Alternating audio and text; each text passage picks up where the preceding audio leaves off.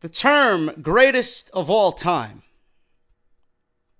or best of all time gets thrown around way too much. Doesn't matter what it is. It's just not in the world of professional wrestling. You watch a movie, you listen to a musical artist or band, it's always, oh, this movie's the greatest of all time. This is the best movie in the franchise. This is their greatest album to date. Or in my genre, if you listen to the music I listen to, oh, it's our heaviest album of all time. Okay, I don't give a fuck what you say about it. Just release good music. Doesn't need to be the greatest ever. You're listening to Cannibal Corpse. Oh, it's our heaviest album of all time. What the fuck have I been listening to for the last fucking 11 albums? Heaviest of all time. WWE has the frequency is a good word, of doing these great things for performers in our sport. And they usually highlight it with the words, greatest of all time. When I watched their tribute on Bruno Sammartino, it's a very subjective thing. He was the greatest of all time. God forbid. What's going to be said when Ric Flair passes away? What's going to be said when Hulk Hogan passes away? You know? God forbid. It gets thrown around way too much. I wasn't all too familiar with his older body of work. I have gone back and I have watched certain matches with my best friend Peter. I've gone back and watched some of his old WWF matches. But Vader, if you were to use the word or the phrase greatest of all time, I think that's an appropriate time to use that word or phrase. Vader was unlike anybody, man. Vader was in the realm of 300 to 400 pounds. I think he came in at like 385. He was closer to the 400 range. And I remember when I first seen Vader, when I was growing up watching professional wrestling, you know, my friend Peter was a big Hulk Hogan guy. When I seen Vader work with the likes of Hulk Hogan, Vader, just by looking at him and watching him move in the ring, if you were a fan of Hulk Hogan, you were absolutely terrified of Hulk Hogan not only getting hurt, but having a serious time beating that man in the ring. Like, if you were a fan of Hulk Hogan going into that match with Vader, you had a bad feeling that Hulk Hogan was not going to walk out the winner. And that's exactly what Vader did in his day. Vader was one of the true greats that actually was a living personification of fear. He was one of the all-time great heels in this business. And you talk about big man. The guy could move for a 400-pounder like we didn't see in that time and era. You know, a lot of people say that, oh, he was well past his time. He transcended his time. All of that rings true with Vader. Whether he was wrestling Sting, whether he was wrestling Cactus Jack, whether he was wrestling Hulk Hogan, whether he was wrestling Shawn Michaels, Vader could work any type of performer in any match, in any situation, and he would strike fear and show you why he was one of the best, if not the best men in this business for his size.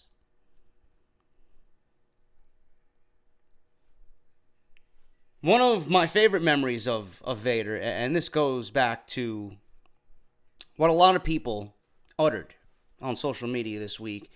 It's one of my all-time favorite shows. One of my favorite shows ever. It's Boy Meets World. Vader was a guest star on that show several times. Whether he was in the ring fighting Jake the Snake Roberts, whether he was in the ring watching Topanga and Corey dance at their prom while he was going back and forth to hang out with Shawn and go to the wrestling match, or try to be at the prom and dance with Topanga at the same time.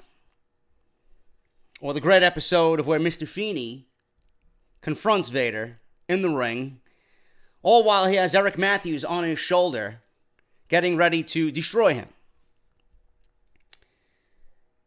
Vader was definitely one of the all-time greats, man, and like I said, transcending his time and well past his time is said a lot. The best of all time, greatest of all time gets said a lot. But I think we can honestly utter those words and phrases when we're talking about Leon White. Not many men his size are going to be able to do a moonsault off the top rope. Not many men his size are going to be able to be that agile in the ring. It's very special when you get someone that size who is that freaky athletic and just is, like I said, the breathing personification of heel, fear, bad guy. Vader was all those things, and he played it brilliantly. And my heart goes out to him. May he rest in peace, and his family. We lost one of the all-time greats this week, and I just wanted to start the show off this week with just giving you my thoughts on Vader. And I know a lot of you guys wanted my thoughts when the news broke on social media. He was a lot of he was a lot of everybody's favorite, man. Everybody in this business just had a fond memory of Vader. Definitely one of the all-time greats. Moving on with the week in WWE, man. WWE this week was up and down. Raw was in the fucking grave. Raw was fucking terrible, man. I don't believe some of the content creators on this platform, man. Some of the content creators on here, man. I don't know if they're intentionally sucking dick. I don't know if they are just that fucking stupid. I don't know. Some content creators that I watch, and again, it's all subjective. You have your opinion, I have mine. But I know when it's not really an opinion anymore. It's just blatant stupidity. How can people, and there were some this week, that outwardly said Monday Night Raw was better than Smackdown Live. I mean, we got Ronda Rousey. We got Ronda Rousey in that great opening segment where she powerbombed Alexa Bliss through the table during Alexa Bliss's Women's Championship celebration. 5-time Women's Champion. 3 on Raw, 2 on SmackDown. Ronda Rousey was screwed, or I guess she didn't really come to Monday Night Raw in a good mood because she had the Money in the Bank briefcase used against her so early in her career. Now she knows what it feels like. Ronda felt robbed. She felt cheated. She wanted to get her hands on Alexa Bliss. She judo flipped Kurt Angle. She put Alexa Bliss through a table. It was a great segment. It was intense. It's the Ronda we needed to see. No smiling. You come out there, very Stone Cold-esque, and you beat the shit out of anybody and everything moving in your field of vision. She punched referees. She punched officials. She was hitting Alexa and Kurt Angle with the briefcase. She put Alexa through the table, like I said. The segment didn't go off completely perfect. There were some things that I did not like. The intensity was there. Ronda Rousey and some of those briefcase shots and some of those punches on Alexa and Kurt Angle could have been done a little bit better, but that's just me stretching. And Ronda is still relatively new to all of this, so I'm going to give her a pass on that, but it gets a 2 thumbs up for Ronda for sure. We all complained and we all bitched and we all moaned why Alexa Bliss won the Money in the Bank briefcase for the women and why she won the Women's Championship later in the evening on Sunday. I understand now why WWE did it, looking back on it. Sometimes it doesn't work out that way. We always have something else in our mind, and then when WWE gives us something different, we immediately react without thinking, and then when we see where they're going, we're all like, oh, that's where they're going, or that's what they were planning to do. I think everybody that I listened to, not one of them picked Alexa Bliss. Nobody. I don't think Ticket Drew or LeBar or even Solomonster didn't pick Alexa Bliss. We now know why they did it. Natty would have been great. Natty would have fit the storyline initiative that they were trying to tell. Everybody thought that Natty was faking a knee injury. Everybody thought Natty was going to turn heel. But WWE thought the same thing that a lot of people on social media thought. In the end, when Alexa won it, we were all cheering for Alexa, or at least they were. I wasn't. But everybody was actually right in having Alexa win the match. Meaning everybody on social media. I see that you guys were correct in your assessment in why you wanted Alexa to win the championship. Alexa is a good heel. I don't like her. I think she's been shoved down our throats. But WWE goes with the trusting hand in this situation. Not many people would really give a shit about Natty going into SummerSlam.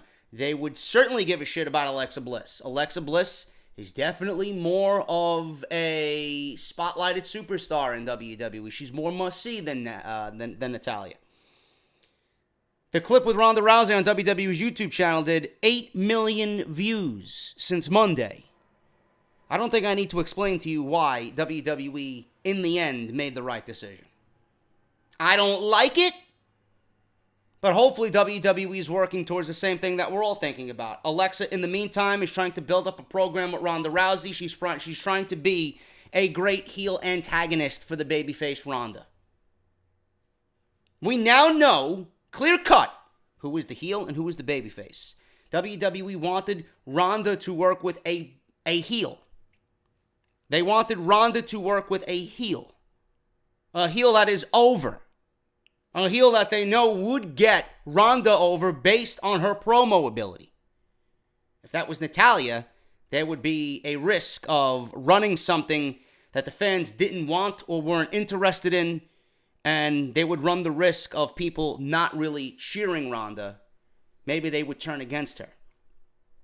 But at least in this instance, we now know who is the clear-cut heel and the clear-cut babyface. And WWE, I admit, did the right thing here. As long as this stays Alexa being a transitional champion. Alexa cannot hold the title past SummerSlam. Alexa needs to lose it to Ronda Rousey at SummerSlam, which I suspect is going to happen because Ronda in a one-on-one match is not going to lose. There's no way WWE could make it believable enough to have Alexa Bliss last with Ronda Rousey. Ronda will be the women's champion before the end of the year, no question. And we will probably see that at SummerSlam. Speaking of championships, we have a new Intercontinental champion. And his name is not Seth Rollins. His name is Dolph Ziggler. Dolph Ziggler became a 6-time Intercontinental champion on Monday Night Raw.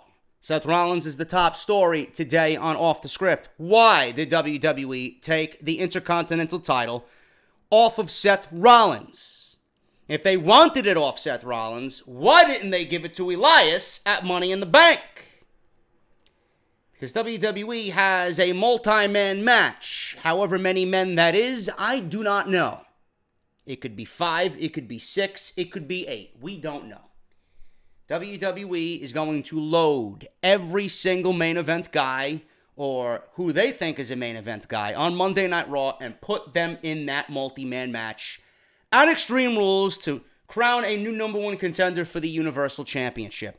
Elias will be in there.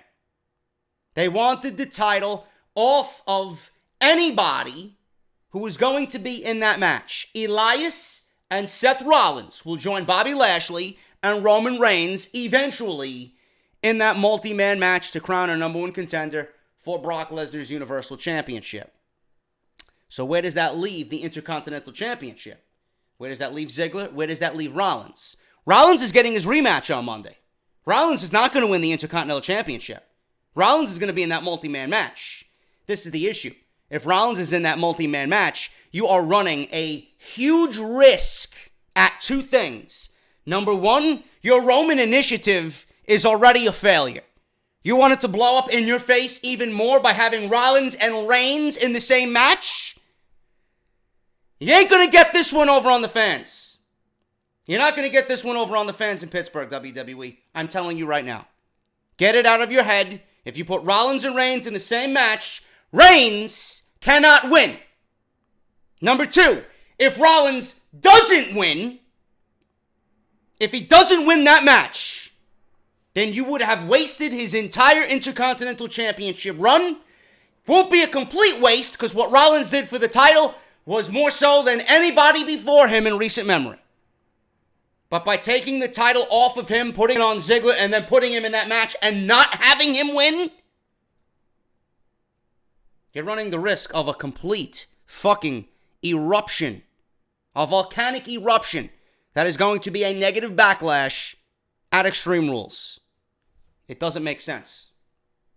If you have done the deed already and taken the title off of Rollins, that is your man. Lashley is not your man. Elias is not your man. Reigns, we all know about that. And anybody else you put in that match is not your man. Rollins is the guy. Whether that means Rollins versus Lesnar, Strowman making it a triple threat, Strowman making it a fatal four-way, I don't give a shit. Whatever the case may be, Rollins needs to win that number one contender match. Otherwise, you run the risk of severe negativity. Not only with the WWE product, but with social media as well. Nobody is going to want Rollins in that match. No one. And have him walk out a loser. Especially after what you did with the Intercontinental title. If he was not meant to win that match, there's no reason why that title should have came off of him right now. None.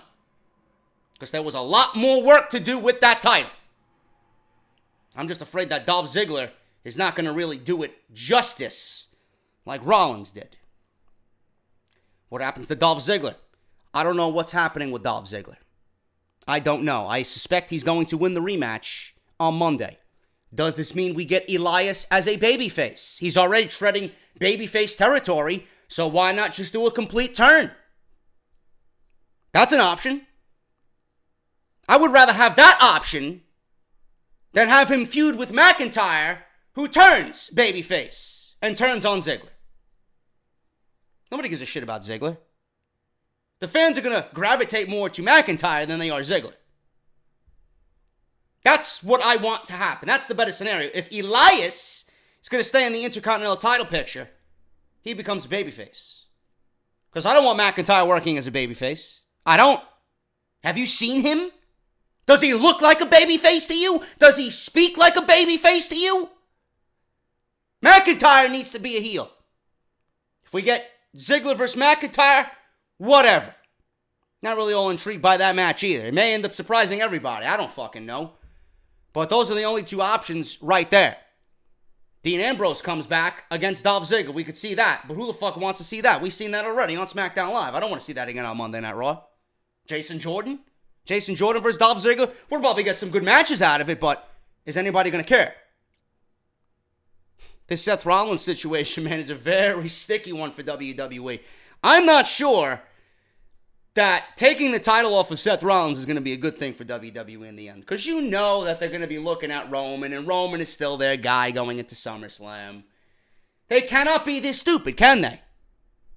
Oh, that's right. We're talking about Vince McMahon, so I don't put it past them to do the wrong thing, as always, going into Extreme Rules and then SummerSlam with Seth Rollins. I don't know.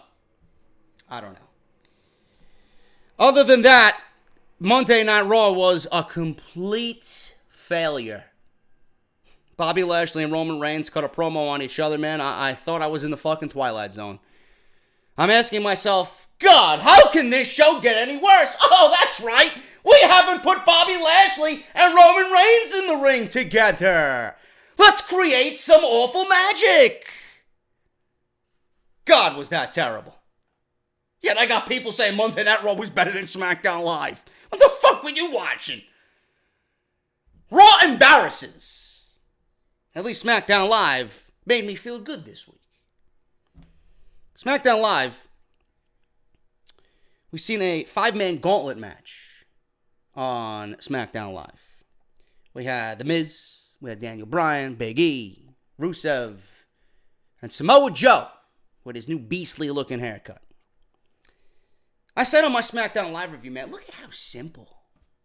Look at how simple it was to tell engaging, interesting storylines. What happened?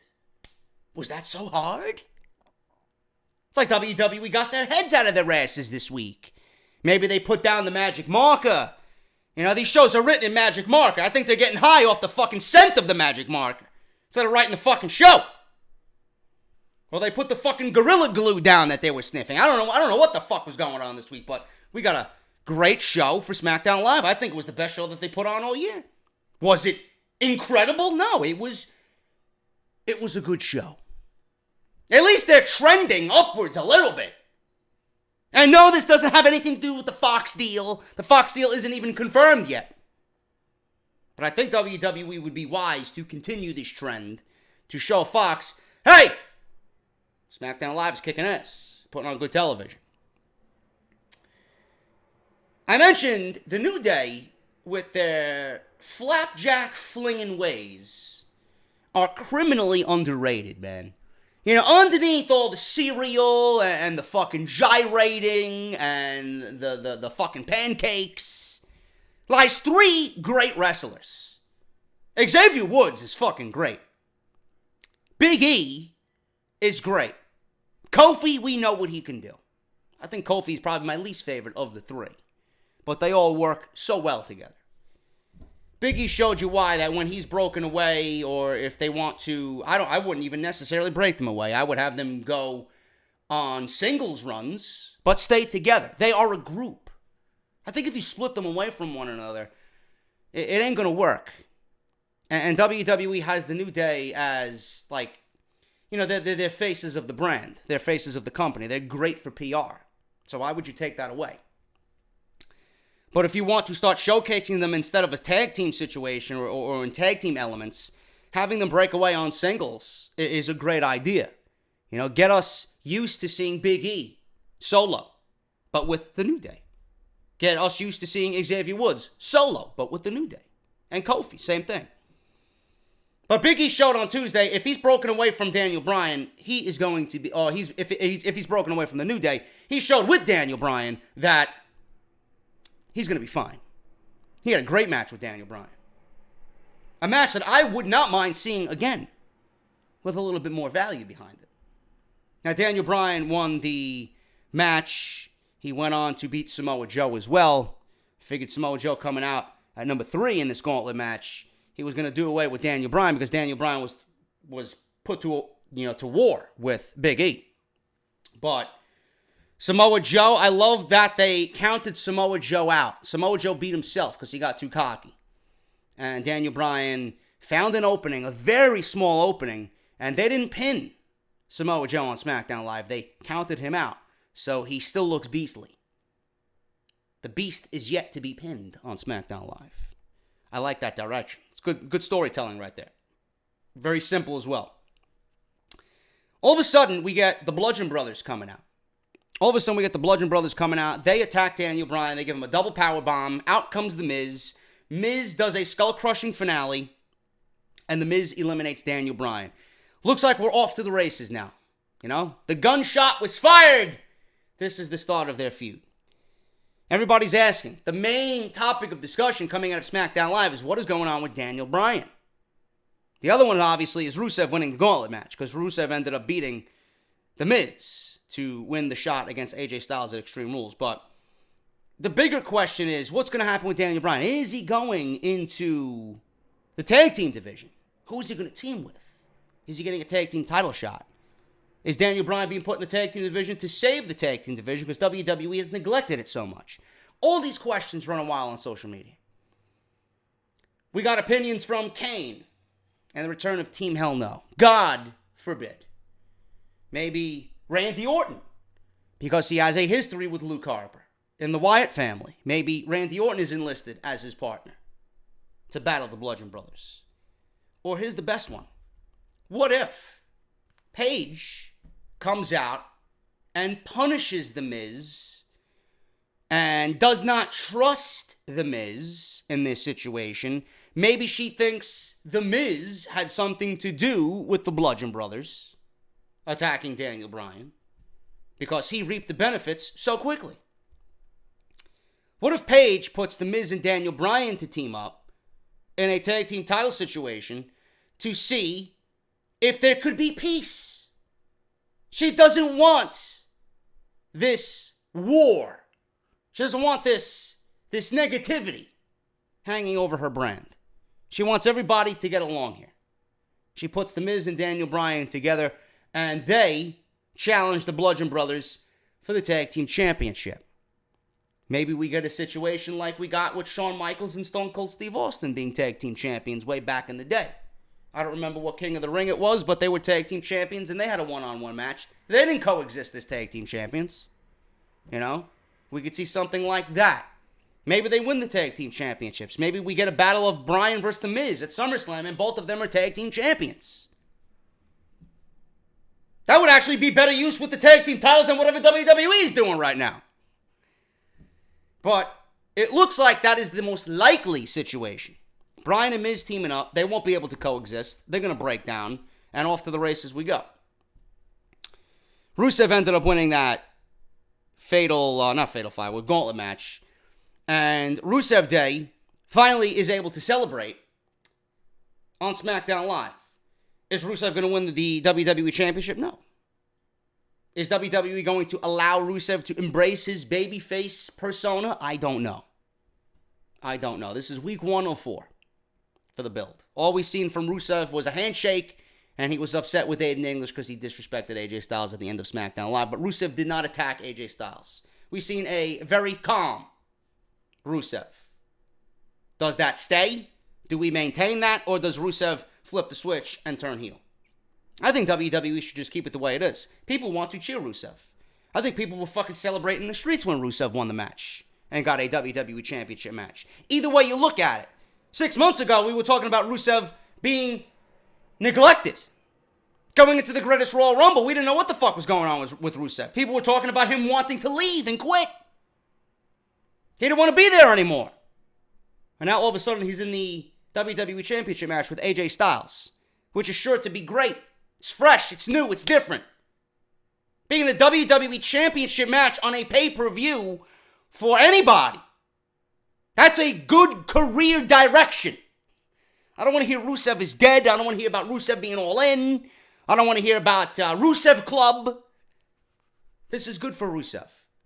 Good on WWE for finally embracing what the fuck is going on, and I hope that continues. I hope they embrace the babyface run that Rusev is on, and they don't stray from that. What the fuck happened to Asuka, man? Jesus Christ. Do you know I went back and watched Ember Moon versus Asuka at TakeOver Brooklyn last year? Why are we not getting matches like that with Asuka on SmackDown Live? I mean, we got something like that with Charlotte, but the Ember Moon match was so much better than Charlotte. Dave Meltzer gave Asuka versus Carmella 1.25 stars. Now, the rating system is bullshit. The rating system is something to piss people off. That's why he does it. I mean, who's gonna fucking say, yeah, Kenny Omega versus Kazuchika Okada is 7 stars out of 5? Who the fuck does that? That's troll-like status by Dave Meltzer. But when he gives a 1.25 star match to Asuka and Carmella, if you are getting less than 3 stars with Asuka as your opponent, you don't belong in the ring. Carmella is terrible. Carmella is not money. If she is money, she's worth, what did somebody tell me yesterday? If Mella is money, then she's worth 13 cents. That's what someone told me on social media yesterday. Can't argue the fact. Can't buy shit with 13 cents. Carmella is terrible. You have a women's champion with Ellsworth. And the only reason why Ellsworth is with her is A, he's more entertaining. B, they're looking to him to at least salvage her run. But it should not come at the cost of Asuka. Asuka looked like a fool at Money in the Bank. Asuka looked like a fool on SmackDown Live. I want to hope that WWE is building sympathy for Asuka, and I want to hope that WWE is building Asuka to eventually take this title and reign as the Empress of SmackDown Live. If they don't, they will have fucked up. Because I don't see how this woman could be so special and unique in NXT, and on the main roster, WWE wants to push Carmella, who has zero in-ring ability. I don't understand it. 1.25 stars. WWE debuted Sanity on SmackDown Live. A little golf clap from me. Always good to see Mr. Killian Dane and Eric Young and Alexander Wolf. They went and attacked the Usos.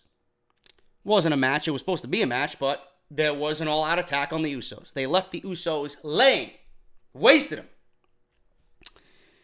There was a report in which we will talk about on this episode of Off the Script where WWE pushed the initiative with Sanity for Phillips, Graves, and Saxton to not mention that they were former NXT Tag Team Champions. Why is that? I have my conspiracies. WWE wanted to debut Sanity without any mention of NXT. I don't know, man. I don't know. The attack was well done. Instead of hyping up a match, I would have had the Usos come out and cut the same promo, putting the tag team division on blast, and then be sneak attacked by Sanity. But I guess WWE wanted to get the overall feel of Sanity with their entrance and everything, which is great. I hope that they take well to the main roster, and I hope the fans really enjoy seeing them, because it is a Triple H concept. It is a Triple H idea that has been in his brain for over 10 years, and now he is finally bringing it to life with Sanity. Hopefully they do well, man. I think they are a great stable, and I think they're a good group of talent. And I think they could add a lot of value to not only the tag team division, but SmackDown Live. NXT. We really didn't see much of NXT, man. I wish WWE would, calm down on the spoilers. Because next week we're going to be talking about, and I'm going to be reviewing, the UK tournament. Night 1 is the tournament. Night 2 is like an NXT takeover. There was a tag team title change. I'm going to just lay it out on you guys know this already. I mean, you got if you're on an iPhone or an Android and you got WWE notifications turned on, they fucking ruined it for you anyway. So I'm just going to fucking tell you. We got new tag team champions in NXT. Mustache Mountain, Tyler Bate, Trent Seven, Royal Albert Hall. Probably a feel-good moment. NXT tapings are actually happening right now. I wouldn't be surprised if we have new tag team champions again. Because my prediction for Brooklyn is Undisputed Era versus War Raiders at the Barclays Center for TakeOver Brooklyn 4. But we got NXT hitting all cylinders. We got the Royal Albert Hall event next week. I'll be covering that. It was mostly just TakeOver highlights and recaps showing you the brutality of Gargano and Champa. I did a video on it. Champa actually tweeted out to Alistair Black. He didn't at him, but he mentioned him, saying that Gargano and the fairy tale is over. I'm coming for you next, Mr. Alistair Black. And he posted a God of War meme with Kratos choking out that Alistair Black-looking character in the beginning of the game. Fucking Champa is brilliant, man. I discussed that Alistair Black, even though he beat Lars Sullivan, feels a little underwhelming. He doesn't feel like a champion. His momentum has been almost severed in half. So how do you spotlight the NXT Championship, and how do you spotlight Alistair Black and get him back to being that hot baby face that he was? Like, he's still great, but he's certainly lost some steam. How do you add more steam? Have him feud with Tommaso Ciampa. Gargano's not coming back anytime soon. Champa versus Alistair Black. Not only would that bring great value to the NXT title, it would put the NXT title in the main event because Champa has been nothing short of a main event talent. And Alistair Black would be working with the best heel in the business. It's going to work in all aspects of that feud. It's going to be great for everybody. If Ciampa wins the title and he adds that title to the Gargano feud, the final chapter, come on, man, that's great storytelling right there. That's what I want to have happen. So we are possibly talking about that. We had War Raiders beat the Mighty. TM61 no longer. They are now referenced as the Mighty. They got their ass kicked. Bianca Belair continues to prove why she probably is the best female talent in all of WWE. I can't wait to see Bianca Belair wearing some championship gold, man. My God, is she fucking phenomenal. Holy shit. Talk about Alexa Bliss. Fuck out of here, man. You hear people talk about Alexa Bliss. Oh, she's a good wrestler, man. You haven't seen anything until you see Bianca Belair, motherfucker. Don't at me. Talk about a superior athlete. Charlotte ain't even on her level, bro. Fuck out of here. NXT was just a recap show, the aftermath show with some matches that we had before Takeover. So like I said, War Raiders beat the Mighty, and then we had Bianca Belair beat Dakota Kai. Not much there. I will be documenting Leo Rush in his debut on 205 Live next week, man, because I called Leo Rush in House of Glory.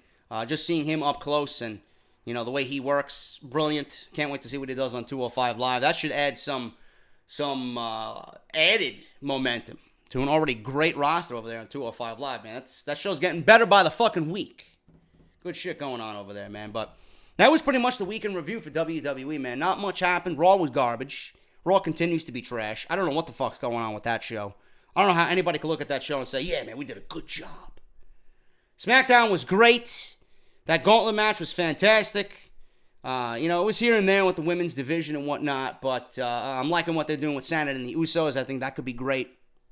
NXT, like I said, we got some major things happening with the UK show next week, and then we got the new set of TV tapings leading into the month of August. Gonna be great, man.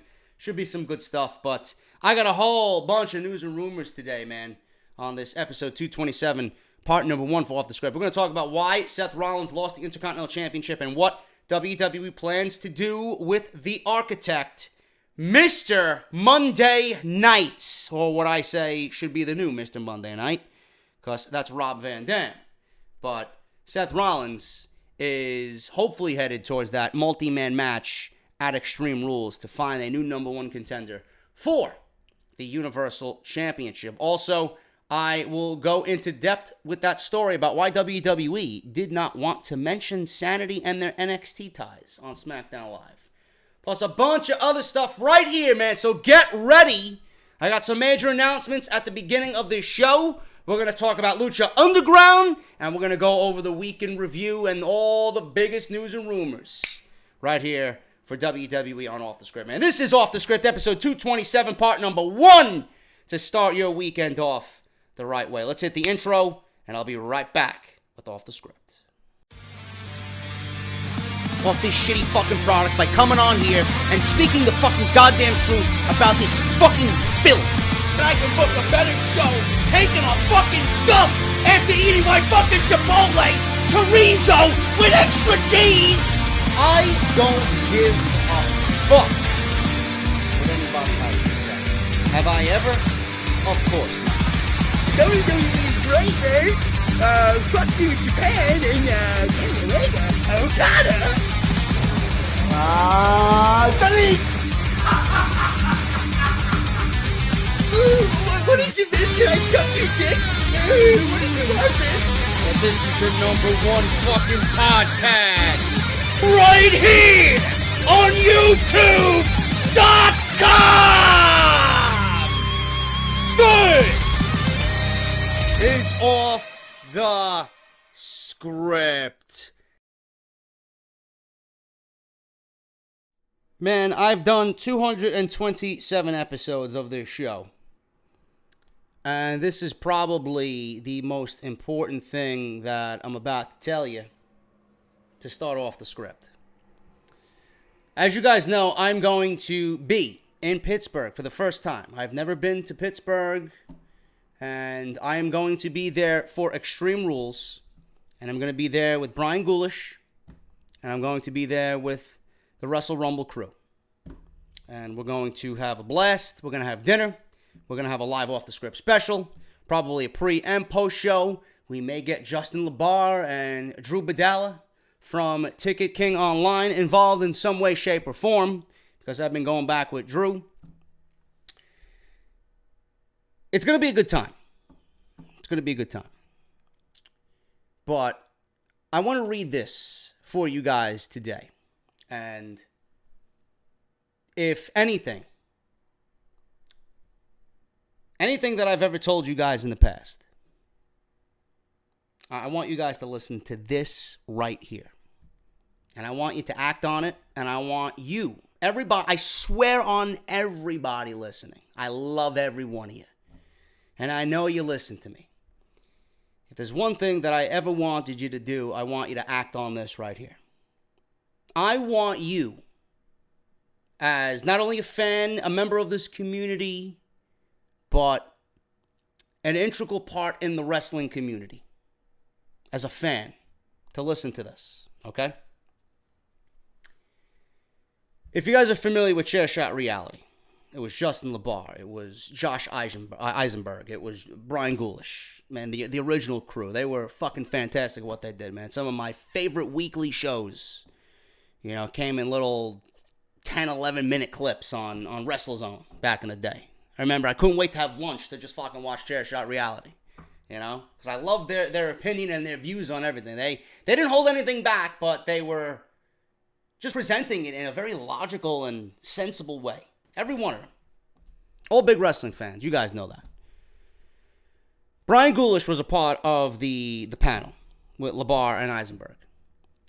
Now, I've gotten to know Brian over the past few years, and, we follow each other on social media. He's in my phone. We text back and forth. He's just a great mind, and I love his take on things.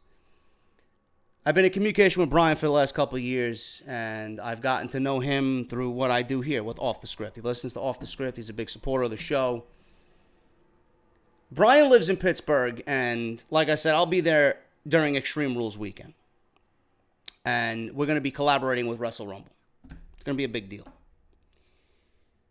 Brian's mother was diagnosed on May 5th of this year with ovarian cancer. This is one of the most deadliest cancers ever. I've had people in my family pass away from cancer. I hate even saying the word. My dad's mother passed away at 51 years old from pancreatic cancer. And I remember I was in 6th grade, and I had to watch her literally deteriorate in front of me, to a point where my parents were just too afraid to tell us at that age what had happened. And I'll never forget that. And coincidentally, she passed away that year on February 3rd. I'll never forget it. February 3rd. My grandpa passed away 4 years ago on February 3rd. Now, if that's not a coincidence, I don't know what the fuck is.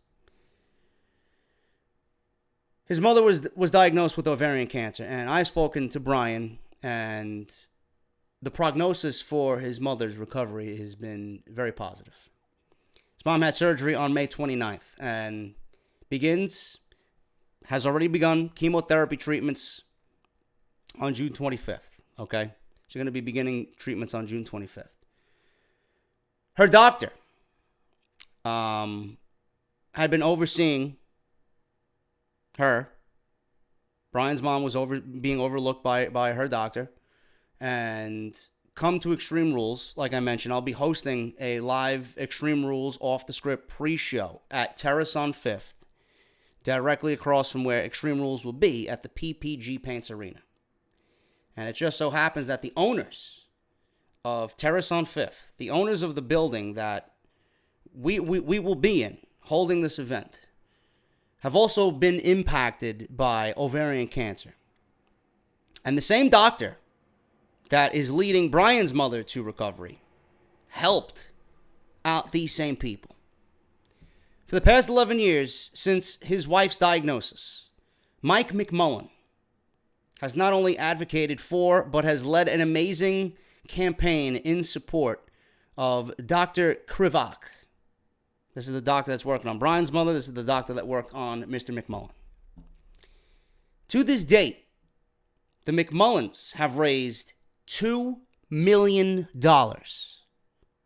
in research. Those funds are intended for educational and research needs for the Allegheny Health Network. So what we're going to do here on Off the Script is we're going to set up a fundraising page. This is for Brian, this is for the McMullens, and this is for anybody that has been impacted by ovarian cancer or cancer in general. Brian has set up a fundraising page with a goal of $10,000, which will go directly to supporting Dr. Krivak's ovarian cancer research through the McMullens campaign. It could be $1. It could be anything that you feel like giving. It could be $1, $10, $100. I want you guys to go to the webpage that I'm going to pin at the top of the comment section below. And I want you guys to go and support this the absolute best you can for the McMullens, for graciously giving us their venue to host Off the Script. This is my first live event ever on my own. And he is graciously giving me his venue to do my show. Brian's mother, who not only helped me set this entire thing up, the show, the live Off the Script, but for his mother's well-being. And to show Brian how much we love him as a huge thank you and a huge get well to his mother. The page is going to be down below, and I want you guys to go to this page that Brian has established and give whatever you can to support this amazing doctor, Dr. Krivak, who is helping save not only Brian's mother, but women's lives from this devastating disease. We're going to be accepting donations at the Off the Script Wrestle Rumble Extreme Rules pre-party at Terrace on 5th as well. So if you're going to be there and you want to wait, you guys can do that. If you want to give now, give later as well, up to you guys. And since the party and the podcast is going to be free to attend live in person, you guys will have a few extra bucks to donate as well, because there's no admission fee. Everybody's welcome.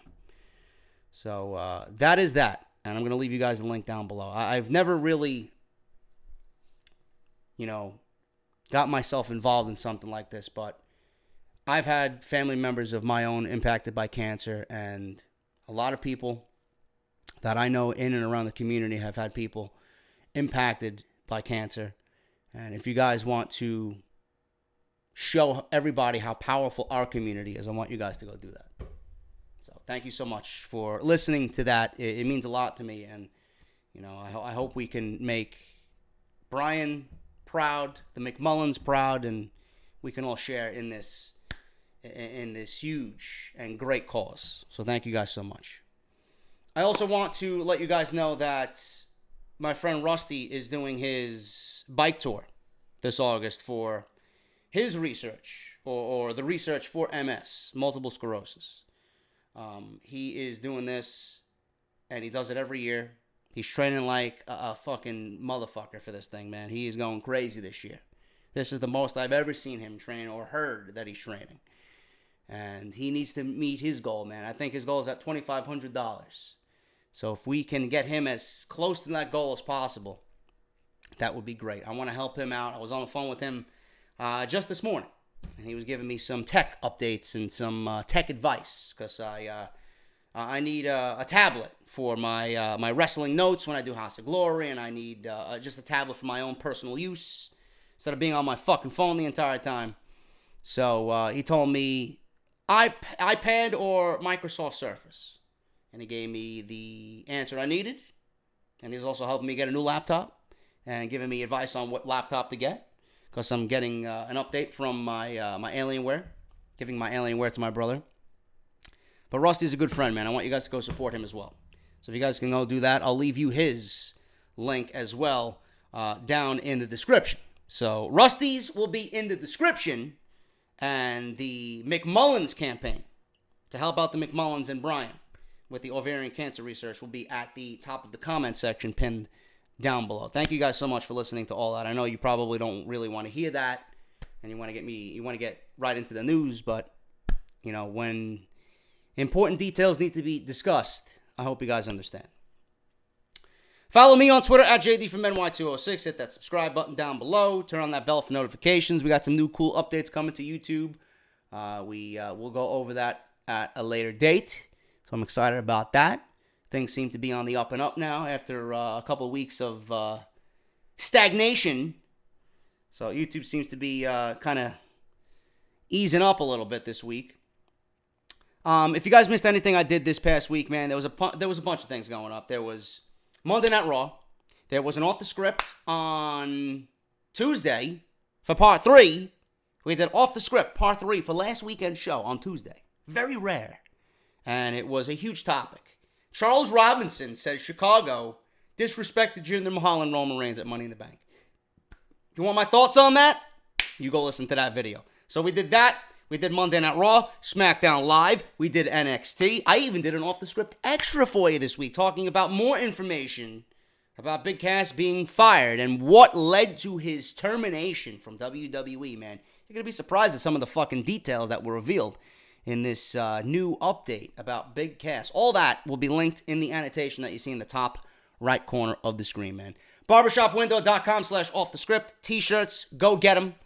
I'm still trying to work out whatever I got to work out with Harry's. It's not directly Harry's, the product. It's the fucking people who are, you know, just sponsors of the show that help me get, you know, sponsored through Harry's. It's a big mess. I don't know what the fuck's going on. So right now, I'm not going to be mentioning anything about Harry's. Hopefully soon. And I want to thank everybody that pledged to the Patreon page, man. Thank you guys so much for pledging to the Patreon. You guys are great.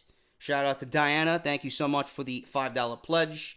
And if you guys want to do that, patreon.com/JDFROMNY206. So thank you guys so much. Let's get into the news, man. We got news on Seth Rollins, and I want to start off with this because it's in the title, it's in the thumbnail. We discussed this briefly in the beginning of the show.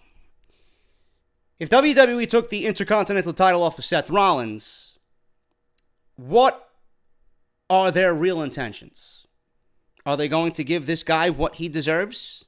Are they going to make him the face of not only Monday Night Raw, but the face of WWE? Because if he lost on Monday Night Raw and lost the title to Dolph Ziggler, and they took that IC title off of him, there's no other direction for Seth Rollins to go but the multi-man match at Extreme Rules. I don't understand what the logic behind that would be. And if he gets there, and if he's included in that match, WWE is going to be forced, with their backs against the wall, to have Rollins win. Because if he's going up against Elias, and Reigns, and Lashley, and whomever else they want to put in that match, it's going to be an outrage that Seth Rollins did not win this thing. But there's got to be a reason why they took the title off of Seth Rollins. What does that mean for Dolph Ziggler? Does he feud with Drew McIntyre? Is that experiment done? Because the more you see McIntyre, the more money signs I'm sure Vince McMahon is seeing. There's one thing all WWE fans can agree on for the past couple of years is the fact that the Intercontinental title and the prestige of that title has not really been the same as when you and I grew up watching the product through the late 80s and early 90s. But the prestige of the Intercontinental Championship has been more of a focus now that Mr. Lesnar has held the Universal Championship hostage for well over 434 days. The Miz did an admirable job, but when people talk about The Miz being a great Intercontinental Champion, I just don't see it. I think The Miz was booked terribly as an Intercontinental Champion. Was he a great mouth? Yes. But I think The Miz is doing his best work now compared to when he was champion. Now, you talk about The Miz and the Intercontinental Championship. You go back to 2016. That's when The Miz was really doing great with the IC title, when he was feuding with Dolph Ziggler. They had some great matches. Some great matches on SmackDown Live. That was coming out of the draft, in which we all thought SmackDown Live got the shaft, and Monday Night Raw was loaded, but they were putting on great shows because they had the great storytelling and they had the great creative team over there. Now, Rollins took the title from The Miz at WrestleMania 34 in a triple threat with Finn Balor. Finn Balor was also there. Operating as a fighting champion, Rollins has welcomed all challengers and defeated Elias at Money in the Bank in probably what is now Elias' best match to date. However, the very next night, Ziggler shocked everybody when he defeated Seth Rollins to claim his 6th Intercontinental Championship. And everybody wondered, why didn't Elias get the title at Money in the Bank if they wanted to take the title off Rollins? Because Elias is going in that multi-man match. WWE wants the title on someone who will defend it at Extreme Rules. Elias is a main event guy in WWE's eyes, and he's going in that multi-man match. He even mentioned it on Monday Night Raw during his one-man concert. So Ziggler won the title. Why didn't they give it to Elias if they wanted to take it off Rollins? According to Dave Meltzer, WWE's plans for Rollins are about to become a lot clearer. He says, and I quote, "I mean, it's possible he could win the title back. I don't know," Meltzer said on Wrestling Observer Live. "I kind of like the idea of him not winning the title back and going into the main event multi-person match. I think when they announced a multi-person match, I thought that was very good for Rollins because he's number one. He's been the best guy, so he would help the match. And number two, he's the hottest guy right now, although Strowman's pretty hot himself. But I think that would be good for him to be in that match." End quote. Now, Raw General Manager Kurt Angle announced last Monday that there will be a multi-man match for the right to fight Brock Lesnar at SummerSlam. Though that is not even confirmed, and he won't be at Extreme Rules. Roman Reigns and Bobby Lashley are the first two names in the match appointed by Kurt Angle, but Rollins has dropped the IC title so he can join the match and enter the Universal title picture. Now, that's something WWE fans can really get behind, and the former Shield man seems to be the general pick amongst the WWE universe to dethrone Brock Lesnar. However, several reports have indicated that Roman Reigns is still the man WWE wants to dethrone Lesnar and give all of his near misses. The natural culmination of his story is to overcome the odds. That would mean a meteoric waste of everybody's time, including Rollins, with the Intercontinental Championship. That would be a complete waste.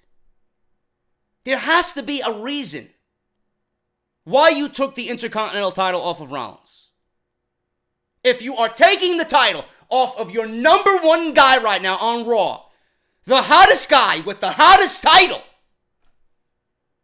and seeing what he did for that title, things that have not been done in years for the Intercontinental Championship, there better be a damn good fucking reason why you did that.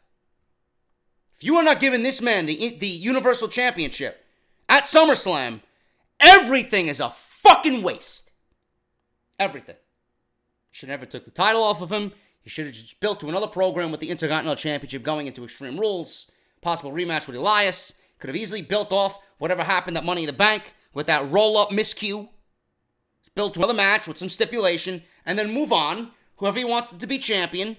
Have the title being defended. And have a new challenger. Either challenge Elias or Rollins or both.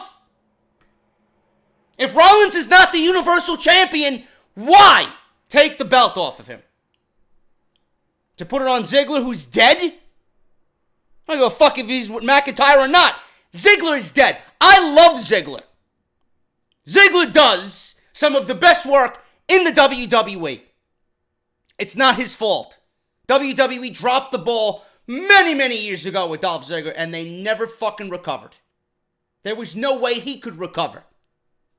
He wasn't part of their priorities. Yet the guy is more talented than half the fucking roster. He may be the second best wrestler on that fucking brand. But putting the title on Dolph Ziggler, you know, this is, you're giving it to somebody who's ice fucking cold. Now you want to give it to Dolph Ziggler when nobody fucking cares about him? You better have a fucking plan up your sleeve, WWE. You better be looking at that fucking royal flush on the river. I don't want to hear nothing about you going all in here with Seth Rollins and then he loses the big fucking jackpot at the end. It's not the way it works. You putting Rollins at the fucking table, you better be giving him that fucking World Series of Poker bracelet, motherfucker. I don't want to see this guy walk away empty-handed. Now, what's going to be for Strowman? That's another fucking thing that WWE clearly hasn't thought about. Looks like they may be wasting Seth Rollins. Because if Braun Strowman has anything to do with it, then SummerSlam may end up being the monster party for Braun Strowman. WWE, what I think they're going to do is they're going to waste this Intercontinental Championship run. Rollins is going to be in that match. He ain't going to win it. Reigns is going to win it. We're all going to boo and moan and fucking bitch and complain. Oh, here we go again. Part 3 that nobody gives a fuck about. WWE was going to entertain the idea of Roman winning the title. We're either going to get Braun Strowman wrestling at SummerSlam against whomever, and he's going to cash in at the end of the night and take the title from Roman when he beats Brock Lesnar. WWE at least wants to get Roman to beat Lesnar after all this time. Because what is the fucking point of telling this story on television if there is no conclusion? Lesnar ain't going to be here the rest of the year. This is it for him. So WWE is going to let Reigns conquer the mountain. Going to climb to the top, Superman punch, spear, that's it. Their story is told. Everybody in Brooklyn's about to fucking cause riots with torches and pitchforks. Out comes Strowman. Strowman sends the crowd home happy. He wins the Universal title. Roman and the management is against him once again. Perfect opportunity to turn him heel, if you ask me. Do you honestly think he's going to be anywhere close to a babyface against Braun Strowman? You might as well just fucking flip the switch. It's as easy as 1, 2, 3. See how I turn on my iPhone? Just like that, easy. Or Braun Strowman does the honorable thing, and he cashes in a la RVD. Reigns wins the match. Braun Strowman comes out, SummerSlam build. Roman, you think you're getting your Universal Championship match? You've had enough opportunities. And then he cashes in. You ain't getting away this easy. I'm cashing in, and your match with Lesnar now is a triple threat match. I mean, I don't know who would be excited for that. I mean, we seen that last year with Samoa Joe involved. What's the fucking difference here? It's not going to be that much different, you know? With Samoa Joe involved, it added a little bit more intrigue. But that's WWE's way here. I think that's what they're going to do. But I mean, the whole fucking premise of this thing is Rollins is not the Intercontinental Champion anymore. You took the title off of him, you got to go all the way with him. You ain't going to take that title off of him and what he did for that title if you don't have a fucking clear path for this guy and the championship. I'm sorry. I hope WWE knows what they're doing, because this could be the best moment of the year on Monday Night Raw for that title, or this could be the biggest backfire in modern WWE history. We already have Roman backfiring for the last 4 years. Please don't exacerbate that any longer. We don't want to see it. It's over. Turn the fucking guy heel already. For the love of God. Turn the guy fucking heel. Guarantee you, I swear on my fucking grandfather's tomb, if this guy turns heel, legitimate heel, and he turns and gets away from this fucking bullshit, I will have a Roman Reigns t-shirt on my body the following week. Shake on it? Yeah.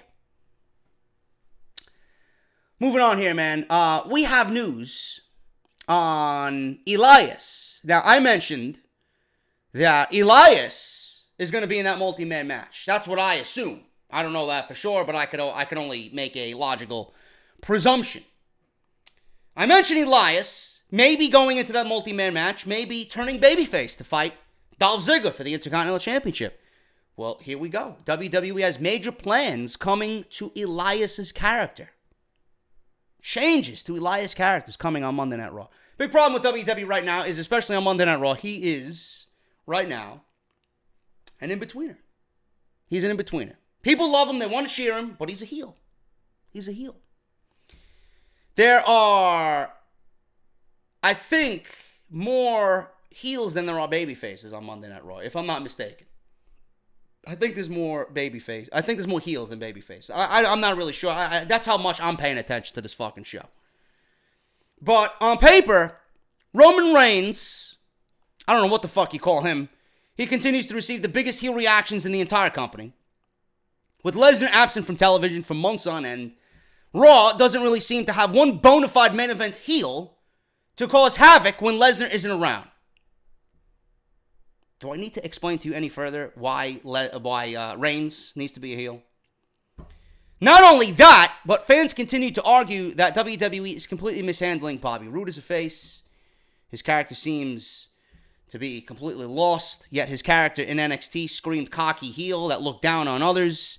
Perhaps this is why he's become so stale on the main roster compared to his great work in NXT. Seeing stars turn from heel to face or vice versa is nothing new. In fact, it was speculated as recently as last week that Natalya was set for a huge heel turn following Money in the Bank to set up a feud with Ronda Rousey, which obviously WWE is going with Alexa Bliss. However, WWE, according to Dave Meltzer, has an indication from Money in the Bank on Sunday, which suggests a popular heel from Raw could be gearing up for a face turn. Speaking on Wrestling Observer Radio, Meltzer suggested that Elias could be set for major character changes with the fan support he has been getting in a great position on Monday Night Raw. And that position obviously is leading him to turn face. According to sources, he said, and I quote, "I think the nature of that finish at Money in the Bank is the long-term thing that Elias is going to be a babyface," which in fact, if you really want to think about it, he is. I think they want the idea of, oh, he got cheated, because that's the kind of, that's kind of how they set the stage for a babyface turn when a heel gets cheated and the fans go, oh, he kind of got cheated there. End quote. The way his match with Seth Rollins finished at Money in the Bank did seem like it's, a victory that was stolen from him, which would normally happen to a babyface. So there could be more to this than meets the eye. Despite being a heel, Elias is arguably one of the most overstars in all WWE right now, even if he's continually taking his guitar and talking down to every city and every fan in every city that he's in, like the heel should be doing. The experiment has worked brilliantly so far, and subtle changes to Elias going into that direction of a good guy. They've done it with Rusev on Smackdown Live, and it could be beneficial if it's done for Elias as well. The fans are ready to get behind Elias.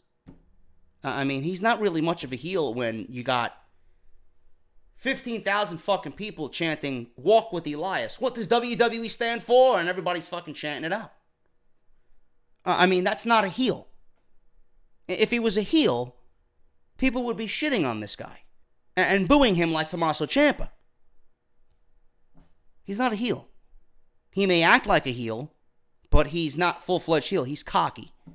And he's one of those guys that we admire because he's cool. Cool heels aren't heels. Cool heels are more babyface. So WWE should just toe the line. If he's going in that direction, push him towards that direction. Roman is treading the heel line. Shove him over the fucking line. Elias as a babyface on Monday Night Raw, I think would be great. Get him an IC title run. Get the guy some gold around his waist. Boom. Ziggler, listen, he's had his time.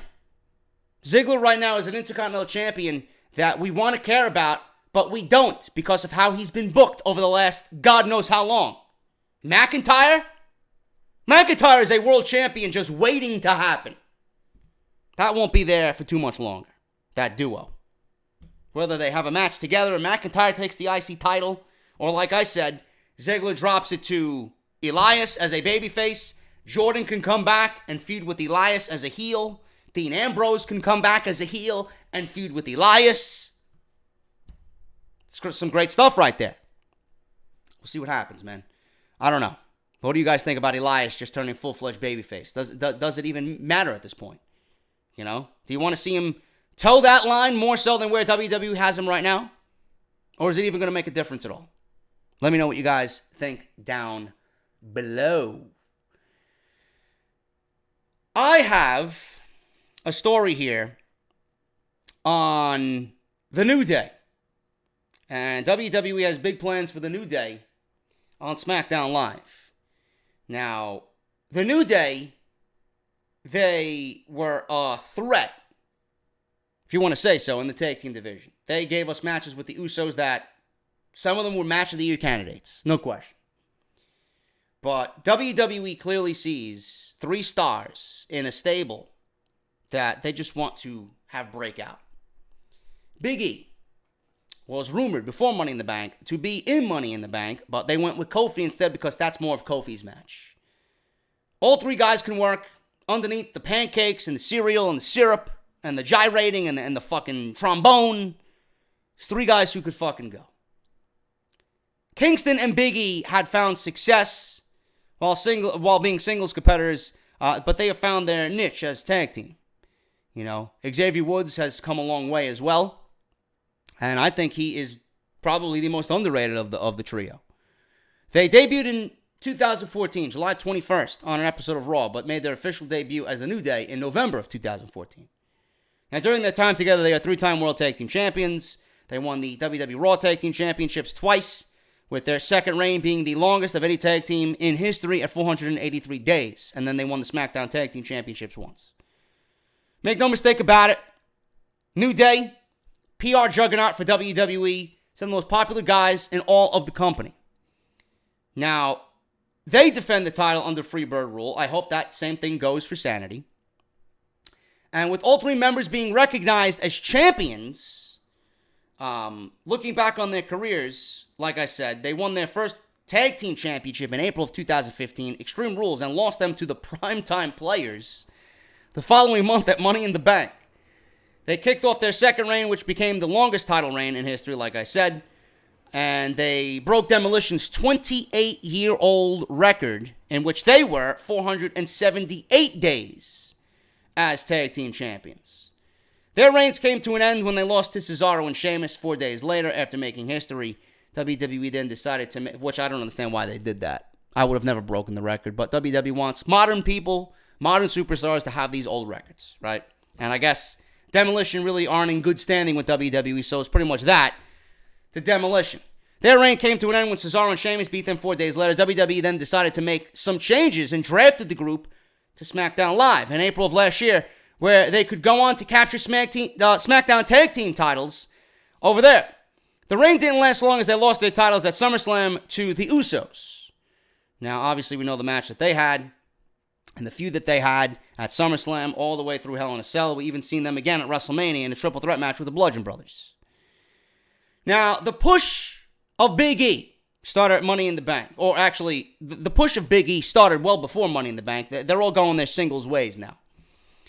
Now, we had Braun Strowman. He won Money in the Bank. He beat Reigns, Kofi, Joe, Owens, Roode, Miz, Balor, and Rusev in the match. As a result of this win, Strowman will have the contract he could cash in at any time and receive a WWE Universal title match whenever he so chooses. Then we seen Big E and Daniel Bryan Miz, Joe, and Rusev have a gauntlet match on SmackDown Live, which we talked about this week. Big E had a great match with Daniel Bryan. So that not only was a statement of how good Big E is, but you kind of knew WWE coming out of Money in the Bank wanted to push Big E in this direction. Now, according to Cage Side Seats, Big E, who has been a topic of discussion well before Money in the Bank, like I said, is making the rounds again online. There is speculation that the group will operate as a stable of solo wrestlers more than a tag team for a little bit. So WWE is going the way of New Day staying together, which is a great idea. I would not break them away. I would not have them turn on each other. I would have them together. They are more valuable as a unit, though you could start breaking them away as singles competitors. I like that idea. And the first that's going to be getting a big push is Big E, as we documented on SmackDown Live. So if you start to see the New Day in more singles matches, reference this video and say, oh, JD talked about this on Off the Script. New Day is going to be together, but they are going to be together as a group of singles wrestlers right now instead of a tag team. Tag team division right now does not need the New Day. They were there to get it off the ground. Now that we got the Usos still there, Sanity, the Bludgeon Brothers, we got, who else? We got the Bar there, right? And whomever else is there. I don't even know right now because SmackDown Live, they don't really feature all the tag teams that I want them to feature. You know, it's much better than whatever's happening on Monday Night Raw. But the New Day right now, they were trying to get the tag team titles and the division off the ground with the Usos to say, listen, this is how great the division could be. We want other teams to kind of step up to us. And then when we have teams that could be in our league, we can take a step back and do other things and be more valuable in other places. Now, I went to Barcade with a bunch of people last year. And I met Xavier Woods there, and I asked him about, you know, the tag team division. And that's the answer that he gave me. You know, he wanted teams to kind of see what him and the New Day were doing with the Usos, and they wanted all other teams to get to where they were. And when that happened, they know, the Usos and the New Day would then know, listen, we did our job. Our tag team division is in good hands now. We can take a step back, and we can be placed somewhere else where we could be more valuable on the show. He told me that personally there. That was my first question to him. And he answered that, and I could see where they're going with that. But then I hear reports that WWE funds no money in tag team wrestling, which is fucking ludicrous. It's ridiculous. I don't see how that could be at all. So, it remains to be seen what WWE does with the tag team division and the New Day. So, we'll see what happens, and I can only hope for the best. I hope the New Day really knock it out of the park because, like I said, they are criminally underrated. I mentioned how the announcers on SmackDown Live were instructed not to reference Sanity and NXT during their debut on SmackDown Live. Sanity had their long-awaited debut on SmackDown Live this week where they fought with the Usos to kickstart their career on the main roster. Nikki Cross did not make their group on the main roster. She did not debut with them, but she is expected to do so in the future.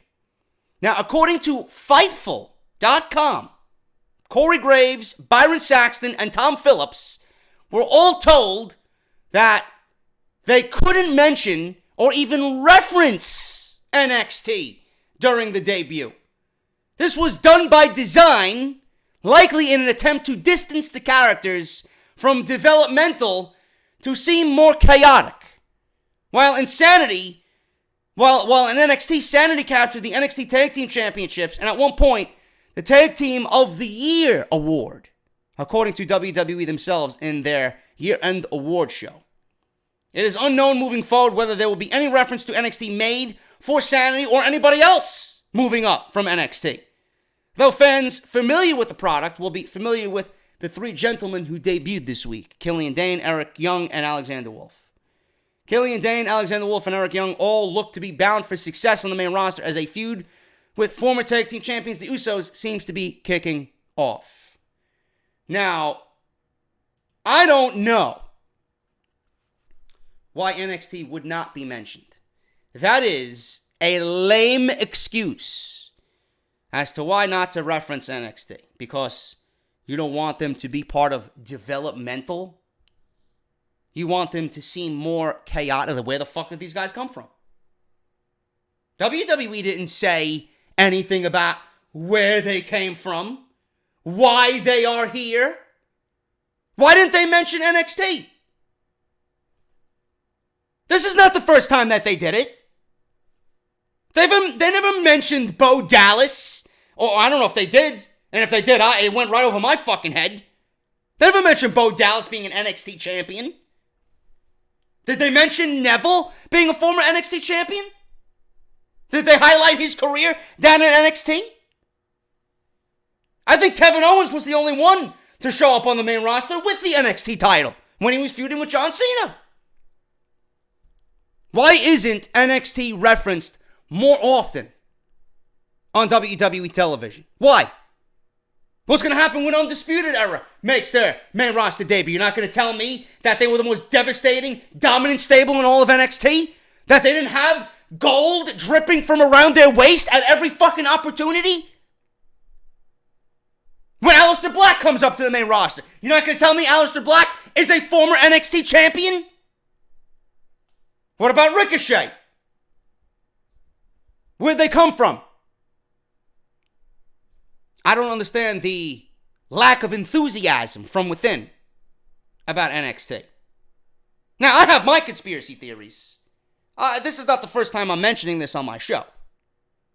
My theory with NXT getting the cold shoulder, downright freezing, is because, A, they're outperforming WWE in every aspect of quality television.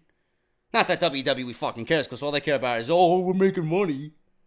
Meanwhile, NXT is giving you the blueprint for how the business, the product on television, not necessarily the business, but the product on television, should be constructed. You know how many people are fucking praising NXT TakeOver Chicago? Some people are calling it one of the best shows that WWE has ever produced.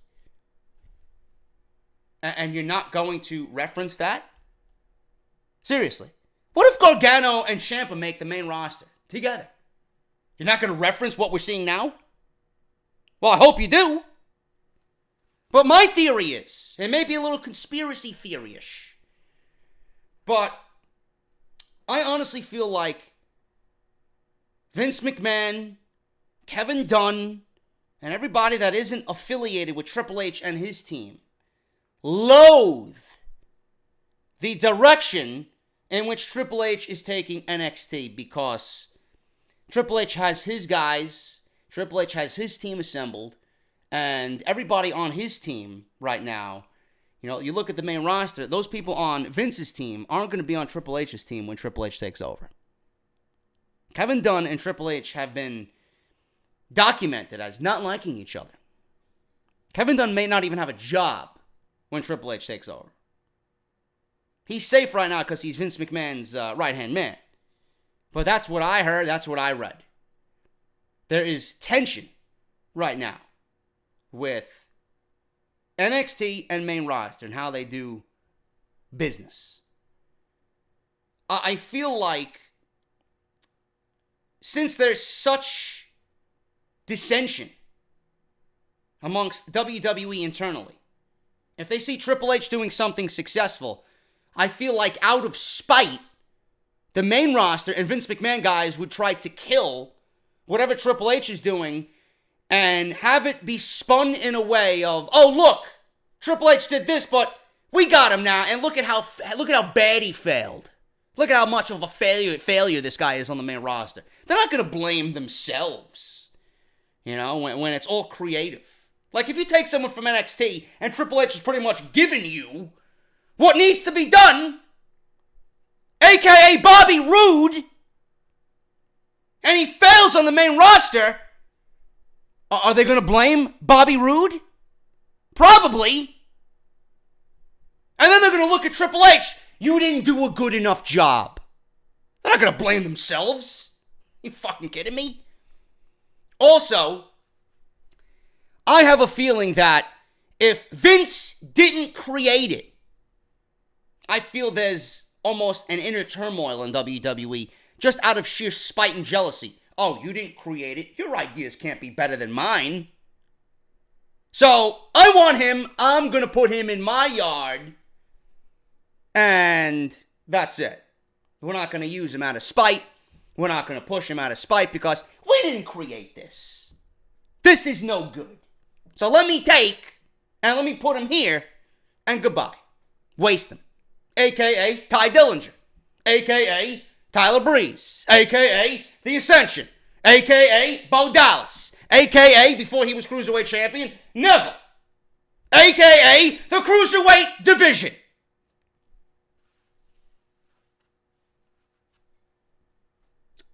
It's very difficult to listen to what I just told you and say, you know what? JD's a little fucking out there. You listen to what I'm telling you, and you could physically see it. You could physically see it. You're probably saying, "Oh, JD's got a point." It's tough to refute that. I hope that's not the case, but I mean,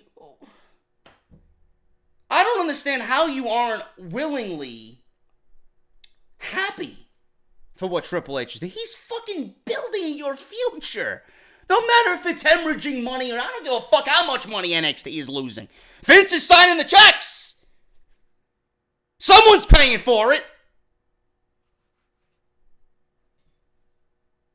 If I am Vince McMahon and I look at what Triple H is doing, my God, is that a load off my back? Have a blast. Call me when someone's ready. I don't understand it. Vince McMahon has a legit fucking gold mine in Florida. And it's being neglected at every which way.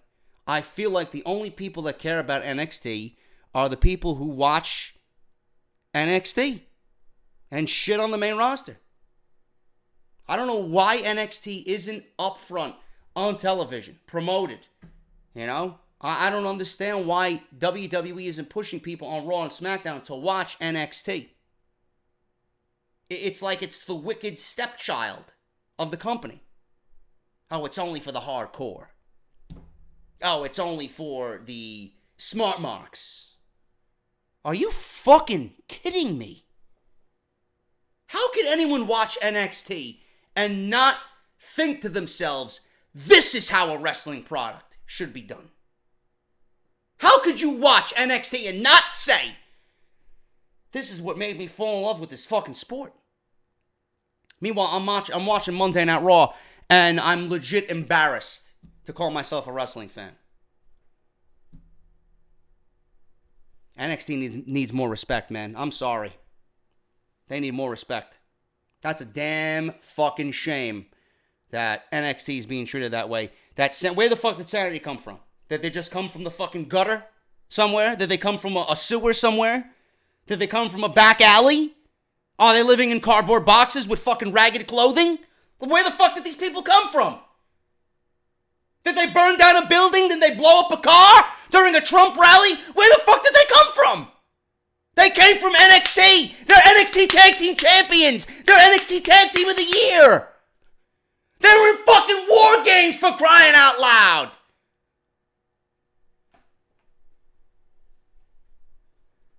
God, does it fucking piss me off. Moving on with the final story. I gotta get the fuck out of here. Triple H says there's a huge announcement on women's wrestling coming soon. Mae Young Classic 2 has been announced. Mae Young Classic 2018 is coming. GiveMeSport.com lead reporter Alex McCarthy spoke at Triple H and Shawn Michaels in London ahead of the United Kingdom Championship Tournament. I will be covering both days right here. Among several topics, they addressed John Cena's comments about wanting to wrestle in NXT. Triple H said, I think there's an opportunity for anything. Vince taught us a long time ago, never say never. If the opportunity is right, There's different styles and different feels to different brands. He added, if Cena comes to me and says, I have an itch to do TakeOver. I have itch to do TakeOver with this person. I'm like, okay, if I have to put you on there, I will. He also talked about how great it is that names like Cena and The Rock are talking about wrestlers in NXT, and it shows that the world is paying attention. Now, if we can only get Wood to pay attention. On other notes from the interview, Triple H laughed at the suggestion that WWE alters crowd noise or silences crowd chants. Paul, I love you, but you ain't gonna convince me that every time. Roman Reigns, his reaction at Money in the Bank was severely fucking altered. That should have been NXT level fucking shit right there. That was altered. I don't give a fuck what anybody says. You can laugh at the fucking comment all you want. It happens. And WWE has physically done it. They've physically done it. They altered someone who was booing Roman Reigns or, upset that Roman Reigns won a match on Monday Night Raw. And they spun it around on their website to show the same person, but Roman cheering him. If you guys recall.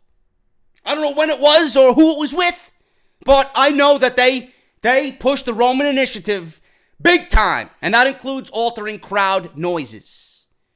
Triple H said that NXT started out at the bottom with next to no budget, and it's grown thanks to help from people volunteering behind the scenes. Shawn Michaels cleared up rumors about a comeback. He would be interested in a tag team match against other 40-plus-year-old guys, but he can't keep up with the wrestlers in their prime because it won't look or feel the same. Triple H revealed that Ronda Rousey had food poisoning while prepping for WrestleMania 34, but went to train in Orlando just hours later. She trained even while sick. Triple H had to personally stop a session. Shows you how Ronda Rousey wants it. I like that quality in a person. Triple H is open to a crossover NXT versus WWE pay-per-view. Shawn Michaels joked that John Cena would probably turn up for free. And finally, Triple H said that there is a huge announcement coming soon, which indeed was the Mae Young Classic 2018, beginning in August. How that is streamed, I don't know. Last year they did it in blocks for binge watching. I honestly do not want that to happen this year.